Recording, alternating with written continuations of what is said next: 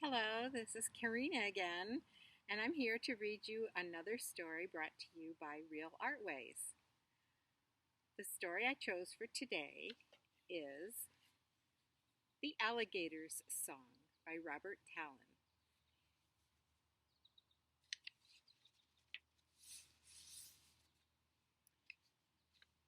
This is to all children to hold on to your dreams.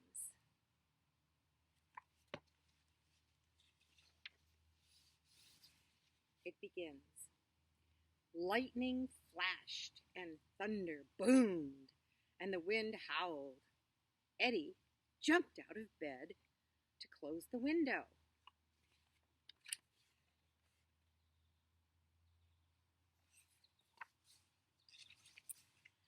He couldn't believe what he saw in the garden.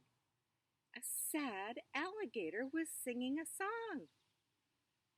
Please help me get down to the sea.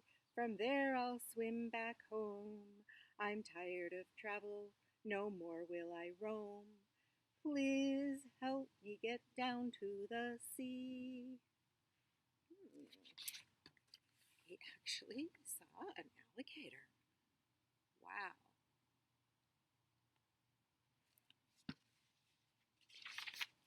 Ma! Ma! Eddie shouted.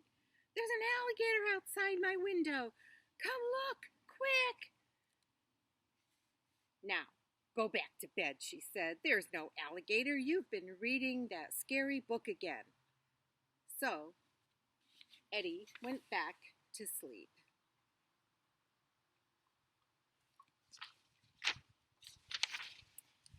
The next day at school, the alligator was outside the window. See you tonight, he said to Eddie.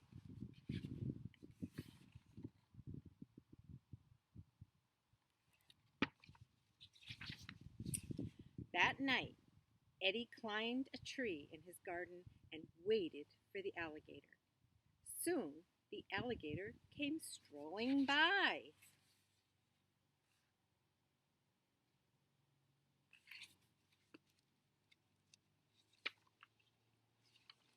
Eddie slipped down from the tree and followed him.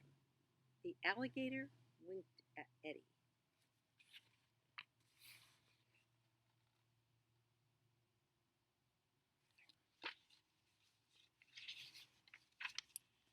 Then tears began to drip from his eyes, and he sang Eddie his sad song. And he said, when I was a little and I lived at home, I once went out on the beach alone. A sailor took me to his ship, and we set out on an ocean trip.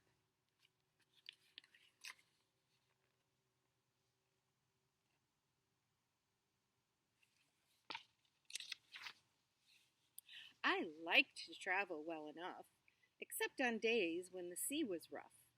But then I grew tired of life at sea and longed to be home with my family. One day, the sailor brought me to town. I fell from his knapsack onto the ground. I thought I'd swim home to my family, but try as I might, I could not find the sea. Lonely and lost and shaking with fear, I hid in these woods for almost a year.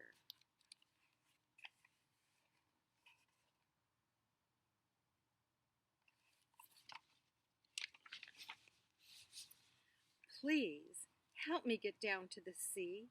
From there, I'll swim back home. I'm tired of travel. No more will I roam. Please help me get down to the sea. I'll help you, said Eddie. Please, no more tears. Tomorrow morning, you'll be on your way.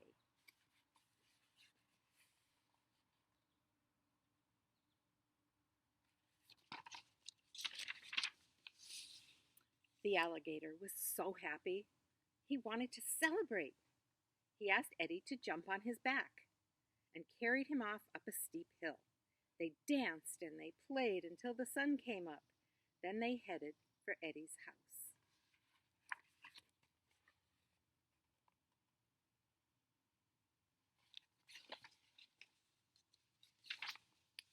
Eddie told the alligator to climb into his red wagon. Then he covered the alligator with an old coat of his dad's. The wagon looked like a new kind of a boat. They walked and walked through the woods, through the town, and down to the beach.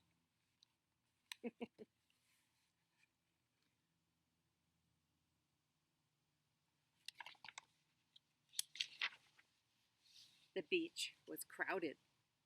Eddie said to the alligator, "We'll never reach the water this way.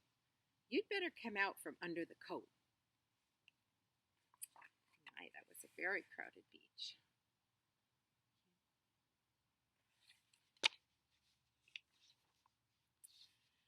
When people spotted the alligator, they quickly cleared a wide path. Eddie and the alligator walked along, waving to the crowd.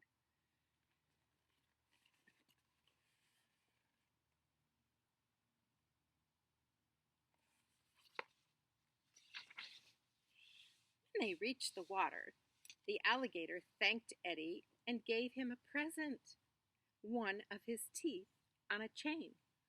"Wear it, my friend," he said. "It will bring you much happiness."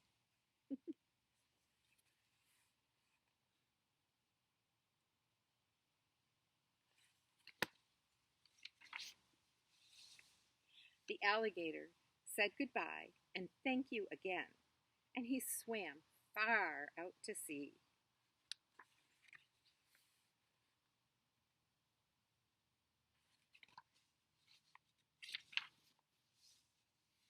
As Eddie pulled his empty wagon home, he felt very sad. But he was happy too that his friend was finally on his way home.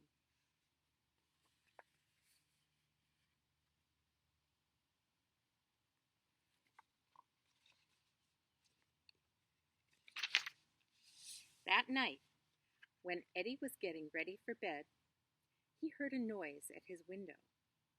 He couldn't believe what he saw. A big white elephant was standing in the garden. "I want to leave for the jungle tonight," said the elephant. "Please find my way." Wow.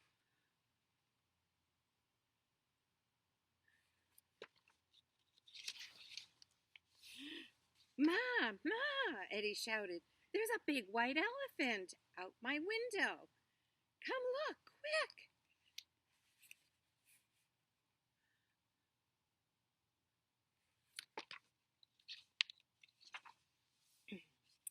"Go back to bed," she said, "and stop reading that scary book."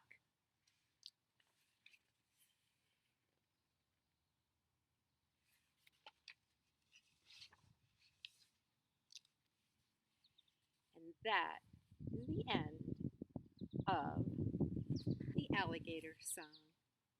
I hope you enjoyed this fun book about using your imagination. And perhaps I'll read you another book on another day. Goodbye.